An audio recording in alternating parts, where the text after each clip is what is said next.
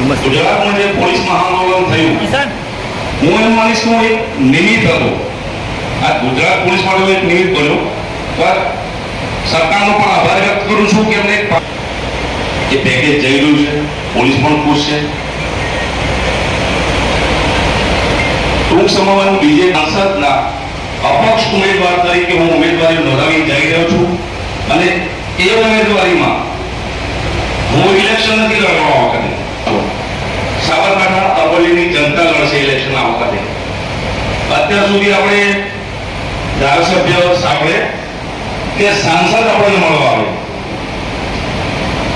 તમામ મીડિયા કર્મીઓને હું બે હાથ જોડીને વિનંતી કરું છું, પહોંચે એવો સાથ સહકાર અને એક આશીર્વાદ આપજો. અહીં પધારેલ મીડિયા કર્મી અને એ કહેવત છે કે ત્રીજો સ્તંભ કહેવાય મીડિયા, એ ત્રીજો સ્તંભ આજે બેઠો છે. અહીં ઉપસ્થિત તમામ મીડિયા ચેનલોની છે, પ્રિન્ટ મીડિયાની છે, પોતાને લડવાનું છે. નરેન્દ્રસિંહ નહીં લડે, હવે આપ લડશો.